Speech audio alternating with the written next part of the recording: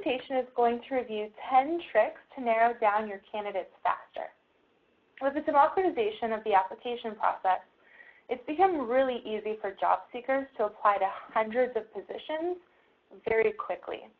So today we're going to share some of the tips to allow you to cut through the noise and find the best of them. First, we'll do a quick introduction. I'm Jen Picard, and I'm in charge of marketing for Bright Recruiter. At Bright, we're trying to make the hiring process a lot more efficient by connecting job seekers to their best opportunities, as well as employers to their top candidates. So, that's the reason for this webinar today. We're really just trying to help everybody make the hiring process a lot more efficient overall. We have a machine learning algorithm called the Bright Score, which examines thousands of data points to find the best fit between job seekers and job openings. So today we're going to be showing some tricks to narrow down your job candidates faster. We'll try and keep this to about 30 minutes, and I'm just going to go ahead and jump right in with some stats here. So it's been estimated that about 75% of the U.S. workforce is currently seeking or open to a new opportunity. So that means that we have a lot of both passive and active candidates right now that are keeping their eyes open for the right opportunity. And the first place that they tend to go is to the job boards. So, there are a lot of rumors that job boards are dying, and who knows if that may or may not be true. They might be evolving. But the fact of the matter is that it's what job seekers know, and they've found jobs on these sites before, and this is the first place they're looking. Even if they're just a passive candidate that's not really looking to make a move, they're just kind of still checking out what's available and what some of their other options might look like. So the job boards are making it really easy for these candidates to apply to a lot of positions really quickly, as we discussed earlier. And what we've seen too is that as a result, recruiters are becoming really overwhelmed with this whole process. And a lot of the good candidates that are applying are slipping through the cracks, and they're not getting contact with a recruiter. In fact, there was a study that showed that 19% of managers at small companies look at the majority of resumes they receive. So, it's a very small part, and they're not even looking at all of them. They just simply don't have the resources.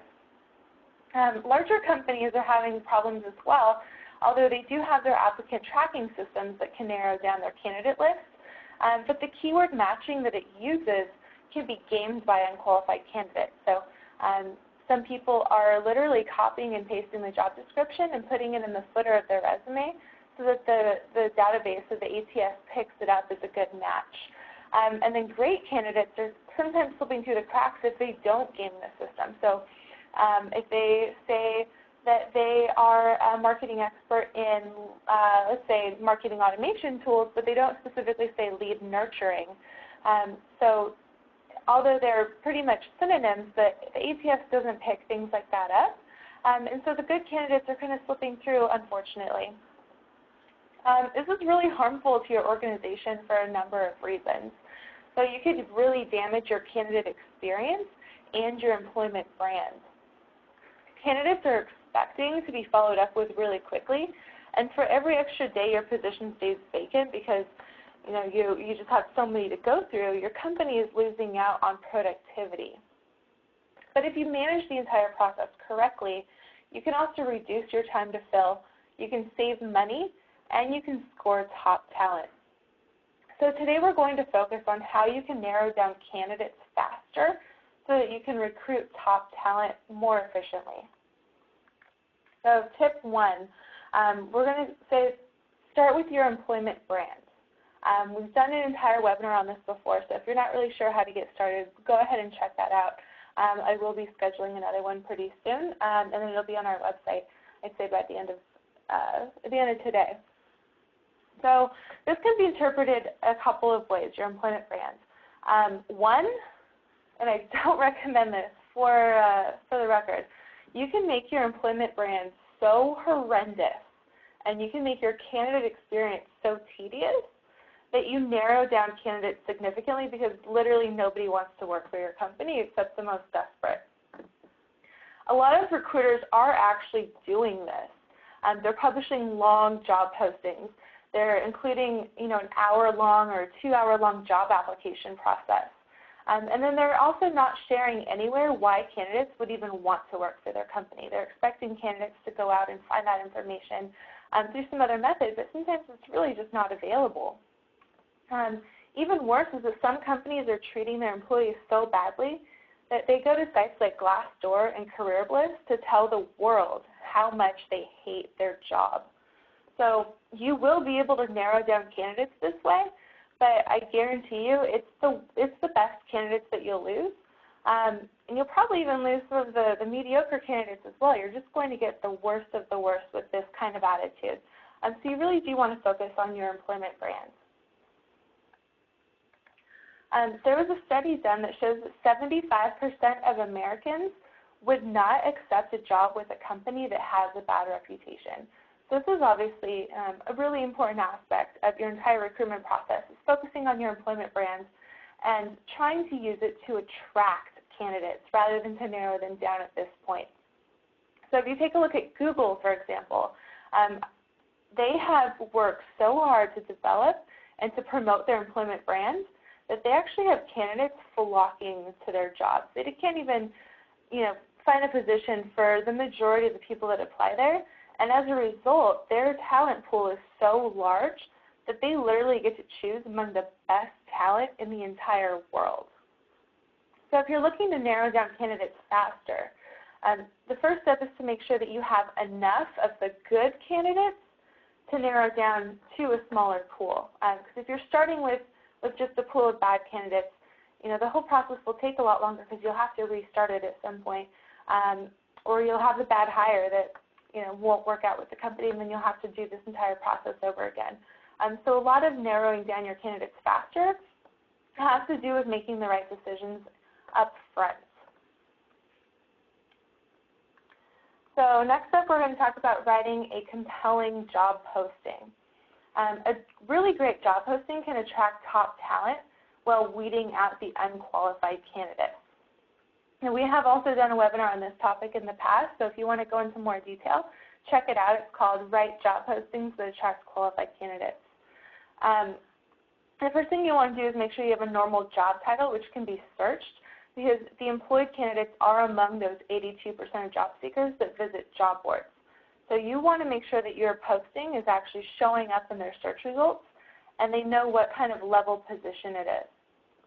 You also want to include information about your company, your culture, and your benefits. So all of that employment branding that you've done that we talked about in step one, you want to make sure it's showing through in your entire process, including in your job postings.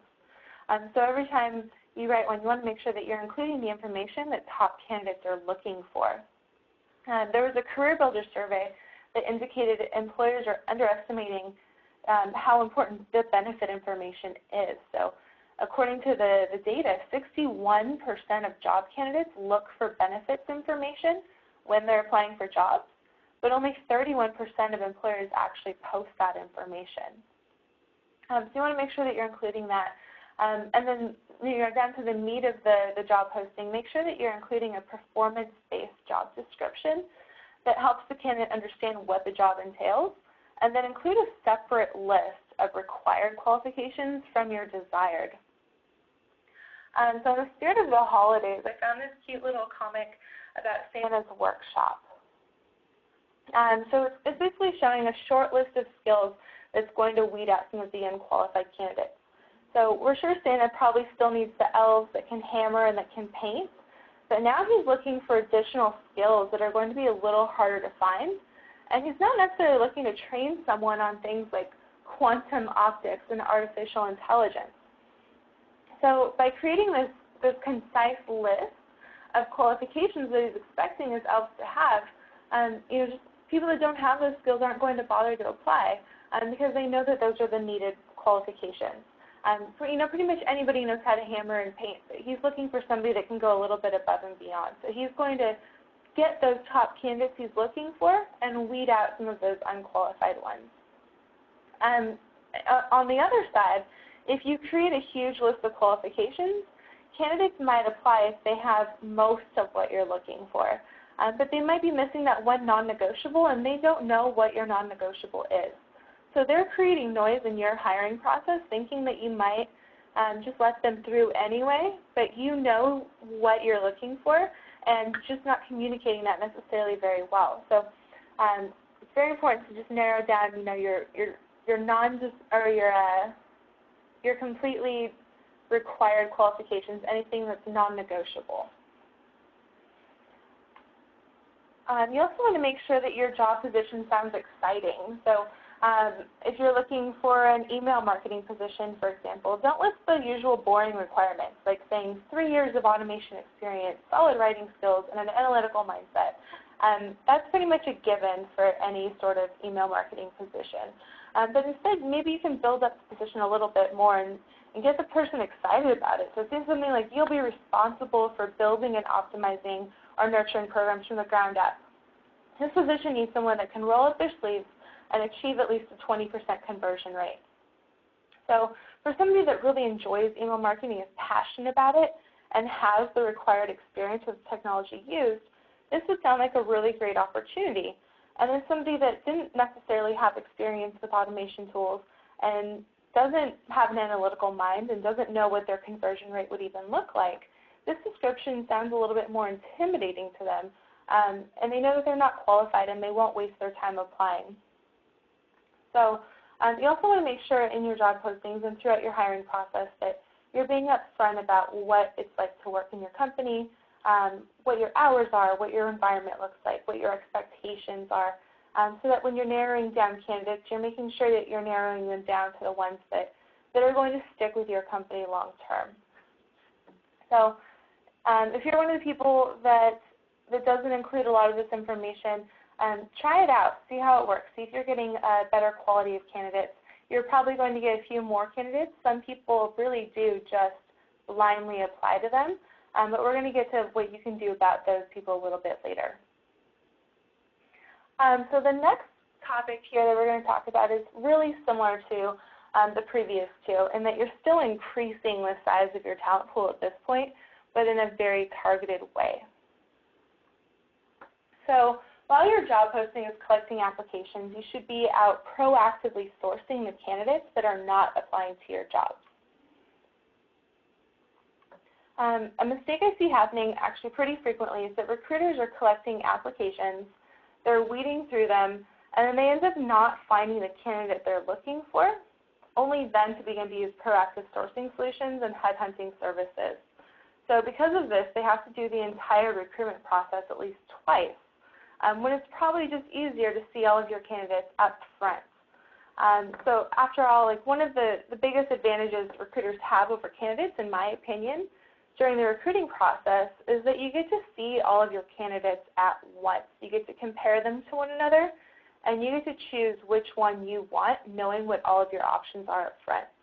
And you have to understand that job seekers don't have that luxury. They're applying to multiple jobs on different days. They're interviewing on different schedules. Some interviews processes take a couple of days. Some could take a couple of months.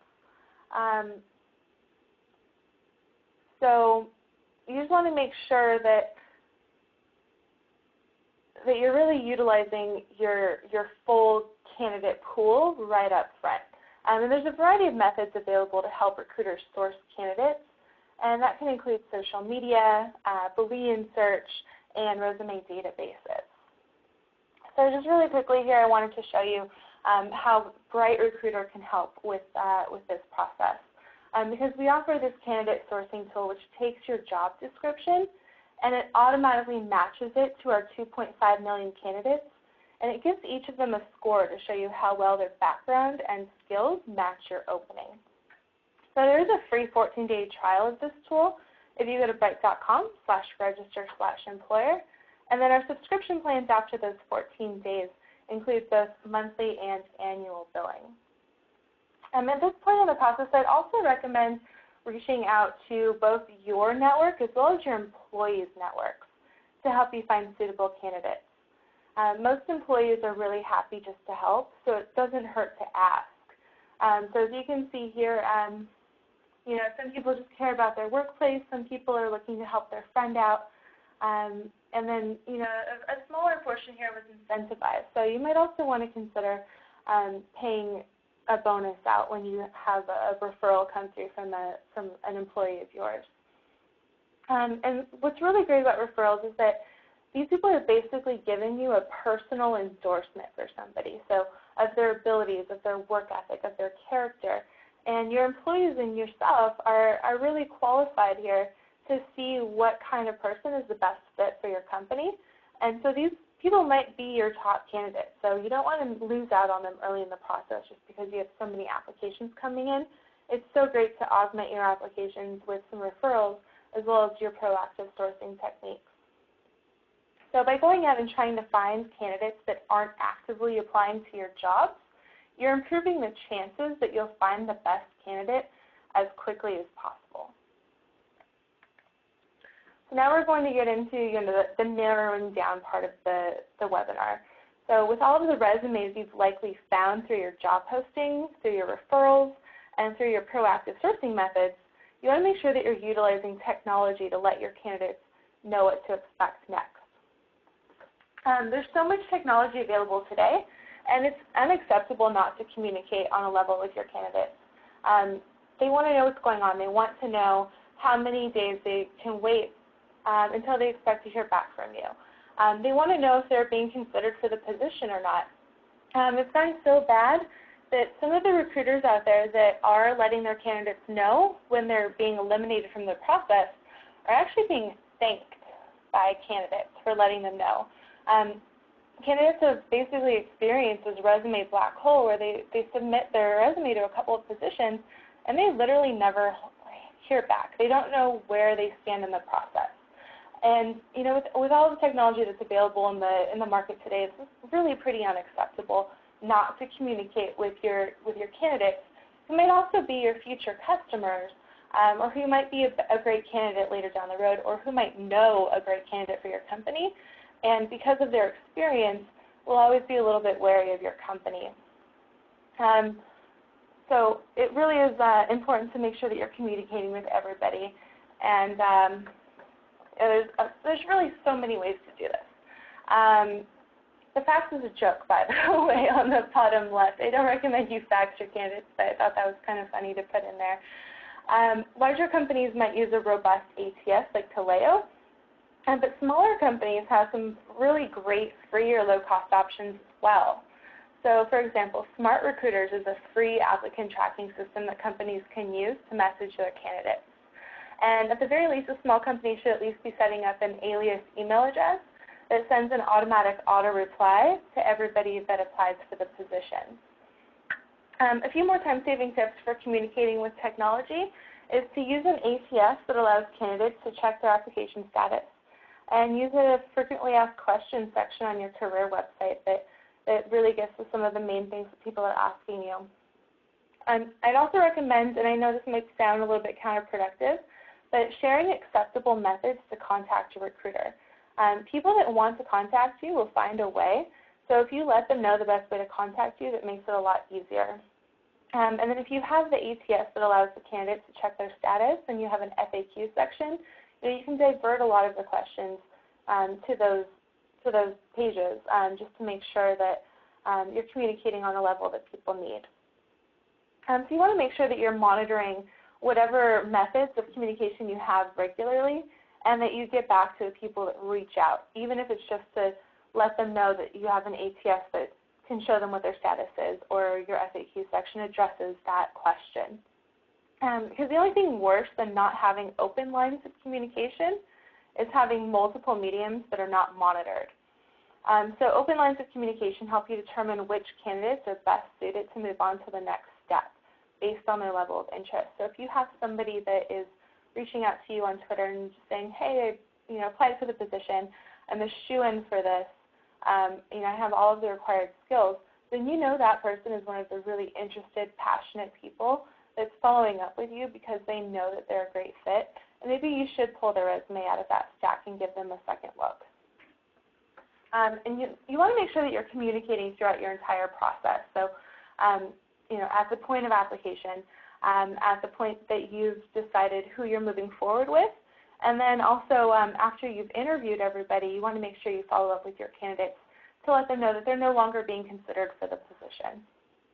So you can save time in your hiring process by automating some of this basic stuff, like the auto reply that goes out when the resume is received, and then try to communicate more on a one-on-one basis as needed.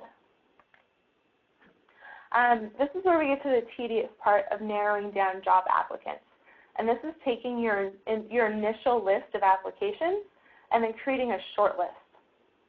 The average job posting can receive hundreds of applications, and larger companies like Procter & Gamble have gotten around 500 applications per position.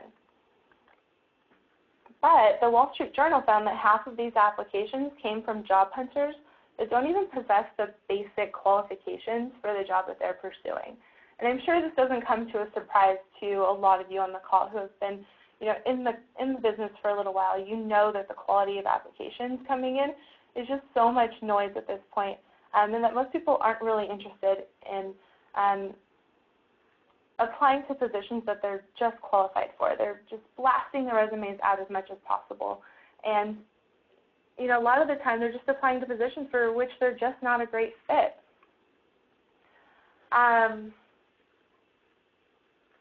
So with this volume of resumes coming in, and especially with the volume of the unqualified candidates, the small companies just don't review the resumes because it takes so long to get through them. And then the larger companies are relying on their ATS to utilize a basic keyword matching, which we mentioned before can be really easily gamed and can miss some of the top the top qualified candidates here. So weeding through these resumes and cover letters to find worthy applicants is pretty much a chore, but it can save you a lot of time when it comes to interviewing potential candidates later. Like we've mentioned, you don't want to narrow down all of the great candidates you have. You want to make sure that you're finding them. And then you want to make sure that you're not wasting your time reviewing resumes for the people that really aren't qualified, which is half of those applicants out there. So Bright.com has just released a brand new tool today, actually. It's called the Bright Score Calculator. And we really just wanted to help reduce some of this noise in the hiring process, which is why we've developed this tool, and we're just giving it away for free. So with those of you that are familiar with the Bright Score, it's an algorithm we developed and released this past summer, and it shows job seekers which jobs on the internet they were best suited for. Since its release, we developed a product which utilizes the score to help recruiters source candidates, which you saw a little bit earlier, as well as this free tool which we're launching today. So this Bright Score Calculator looks at hundreds of factors in a resume and goes a lot further than a traditional keyword search to include synonyms and employment history, school data, other things like that help determine how qualified a job seeker is for a specific position in the same way that a recruiter would determine that. The only difference is that this takes minutes to score resumes rather than hours. There is some other technology on the market that can do this as well. There's, I think it's Monster or Career Builder, I'm sorry, I can't remember right now, have a product called See More, and that has some additional functionality. So, for example, you can upload all of your resumes and keep them in the cloud.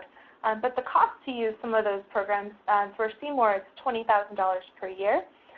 So we thought that it would be great to just have this score calculator out there for free. It's really easy to use. You just upload your job title, your description, you drag and drop your resumes, and then you view a ranked list of candidates to see which you should review further. So using technology is going to both save you time, and it's also going to help recruiters find the best candidates before they get hired up by competitors. So I recommend everybody just check it out, see how you like it. Feel free to send me your feedback. I'd love to hear what you think about it. So if the candidate passes your initial screen, you may save significant amounts of time by using some sort of assessment tool. Some companies will do this earlier in the process, for example, during the application, to make sure that candidates are paying attention and to help narrow down candidates at that point. And either at the application point or here should be just fine, so long as you're asking for things that are appropriate for the stage of the application process. So that means if you have an ATS that takes 30 minutes to get through and that asks for high school information and a social security number, which you definitely don't need at this point in the process, You may want to consider removing some of the unneeded things and really get more to the core of what you want to know about the candidate at this point in the process. So, for example, what is their work style, and do they have the required skills and qualifications? So maybe do an assessment if you're looking for an admin, for example, on how well they work with Microsoft Office, or what their words per minute on typing looks like. A lot of software positions are doing these with tests that they have in the office. And these are a really great way just to make sure that the candidate has the required skills to hit the ground running in your organization. So you want to focus on things they'll be doing in their jobs. And sometimes this might just include a qualification question, or getting a sample of their work, or sending an assessment test, or maybe testing their skills in person. So it all depends on what the position is and what you're hoping to learn from the candidate. But just try and make sure that you're not doing anything too tedious for them. Some of your top candidates may be employed, and they might have a really hard time doing a 4-hour-long assessment after they worked for 9 or 10 hours during the day. So try and keep that in mind, and just be mindful of your candidate's time, I think, is really the most important thing here. So not only do you want to make sure that your candidate's qualified, but you also don't want to be scaring them away if they are the most qualified person. So try and find the right balance there between what you need to know and what takes a lot of time and what can easily be done. At this point, you'll want to do some online research from your candidates. Some people don't want to do this on their own necessarily. It could lead to some discrimination charges later. So to be safe, you might want to ask somebody other than the hiring manager to just kind of check candidates out online to see what you can find out about them. If they're active on social media and answering questions and participating in discussions about your industry or about their profession, that's a really good sign. Seeing their online presence can kind of give you a better understanding of who they are as a person, and if it's worth your time to ask them to come in for that in-person interview. You want to make sure that you leave out any information that relates to age, marital status, religion, anything that could lead to discrimination a little bit later on. So once you've done a little bit of online research, the next step obviously is to meet them. So you want to get to know them better as a person, and you'll want to make sure that your interview process is both quick and convenient for your candidate. So going back to what we discussed earlier, you just want to make sure that you're not scaring candidates away, especially your top candidates that might just be very busy. So at this point, you should have a very concise list of candidates you'd like to interview. You've used some sort of technology to help you screen them. You've assessed their skills and qualifications, and you've done a little research to get a feel for the candidate. So now that you found your paper-perfect candidate, go ahead and meet them. This could include a phone screen, a video interview, and or an in-person interview, any combination of the three, whatever works best for your business and for your candidate. I'd recommend being flexible with it, though. So, some candidates that might live far away would probably prefer an initial video interview versus an in-person interview that would take a lot of time to get to. So this is really an important place to keep your process moving along smoothly, because you've done so much work to get your shortlist at this point. It's not the time to blow it.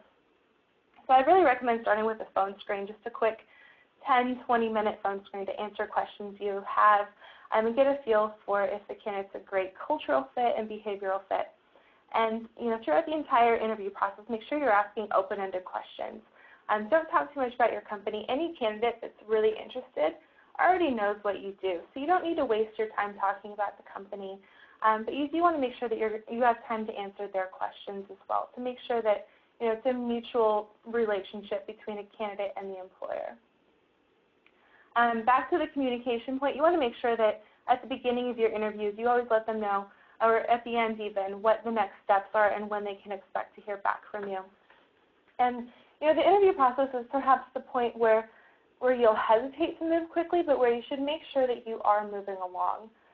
So if you do decide to move forward with a candidate, you want to ask them the best way for them to interview with you. You should be really flexible to allow for people that don't want to jeopardize their current positions. And then you should really spend the majority of your time here. So, a lot of what we've discussed so far is automating a lot of the processes that happen up until this point so that when you get to the interview process, you can make sure that you really have the time that you want to spend getting to know your candidates in person. So that when the time for the interview arrives, you have a pretty good understanding of who these people are and how they can contribute to your team, and then you're just making sure that they jive well with the team. So some of the questions you might want to ask relate to problem-solving skills or their qualifications. You might want to ask them to show you, how they would solve a particular problem in the office. And then at this point, you may also want to include others in the interview process. So this not only saves you time from spending a couple hours with the candidate, but it gives some of your other colleagues an opportunity to meet and ask questions and contribute. So if you conduct multiple interviews with different people on your team, it might make your hiring decision a little bit easier in the end, especially if you come down to multiple candidates that you like. And leave it up to your team to help you make that decision. After all, a new hire does affect everybody else that you work with. So once you've done the interview process, and if you've done this correctly, and if you're really lucky, you found the best candidates available on the market at this point, and maybe you didn't narrow down too many during the in-person interviews. So if you carefully review your resumes, chat with the different people on your team that met this person, and then narrow down your candidates to your top 2, maybe 3. And this is where the process of reference checking may help you kind of weed down your candidates a little bit further. So just like with the interview, you want to ask references some open-ended questions about the candidates, their work ethic, their attitude, etc., just to make sure that they can both do the required work and that they're a good culture fit. And then the other thing, too, is with the background checks, you want to conduct a background check to help you reveal any important information about the applicant. So we've actually seen or heard, actually more likely heard, is that up to 40% of resumes might contain false or tweaked information. So the background checks can help you see, for example, whether they actually graduated from the college they said they did, or it can confirm that they worked at the previous employers during the time stated. So this can help you just kind of determine, which candidates really are as good on paper as they say they are, and may or may not help you weed down a little bit further. At this point, it's really just a matter of gut, I'd say. If you still have 2 or 3 really great candidates that you love, that all of your employees love, and that passed all of your assessments and your background checks and your reference checks, then you can consider yourself really lucky that you have your choice in top candidates. At that point, you probably do just want to go with your gut, and you really want to make sure that you're not taking too long during this part of the process. Although this is one of the hardest parts of the hiring process, if you've done everything correctly, you might really just end up with more than one stellar candidate. But you want to make sure that you're not dragging out your employment or your hiring process too much longer. Keep in mind how long your hiring process has been up to this point. So from the time you first posted the job up until the point that you've finished your interviews. And keep in mind that your top candidates can easily get recruited by another company if you don't act really quickly with an offer. So you want to review your candidates with your team, reach a consensus on the candidate that everybody likes best, and make an offer as quickly as reasonably possible. So you should have determined through your interview process what the candidate is looking for in the next position, and your offer should prove to the candidate that your company in the position is the best fit for them. You also want to ask them about what they would do in the event of a counteroffer. We've actually found that 1 in 4 employees making over $60,000 per year will accept a counteroffer. So if your offer is not exactly what they're looking for, if you didn't really get a feel for what they need out of their next position, their current employer or another company might offer them something better, and you could be left high and dry after this entire process is over. And in the meantime, you may have actually lost your second or even your third choice candidate to another company as well. So you want to make sure that not only is the candidate the best fit for you, but that your job is the best fit for the candidate as well. And you want to make sure that you're honest and accurate about everything that they can expect from your company. Because the only thing worse than losing a candidate at this point in the process is losing the candidate after they've begun the position. It's the most skilled applicants that are in the running for multiple jobs.